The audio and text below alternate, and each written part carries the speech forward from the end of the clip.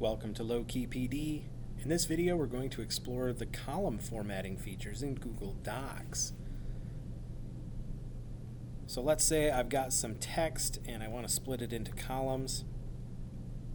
I can highlight the text, go to Format, select Columns, and then I have immediately the choice of either 1, 2, or 3 columns, or if I click on More Options, I can determine the number of columns, determine the spacing, and choose if I want a line to appear between the columns.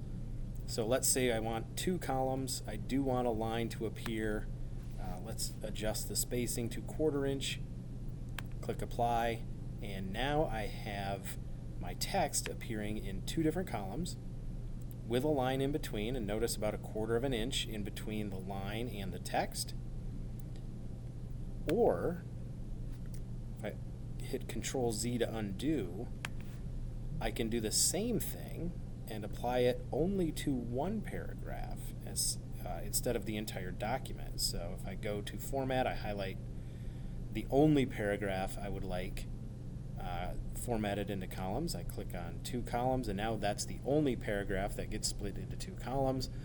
All depends on what you're trying to do, what you want it to look like. But you do have the ability to put text into columns in Google Docs.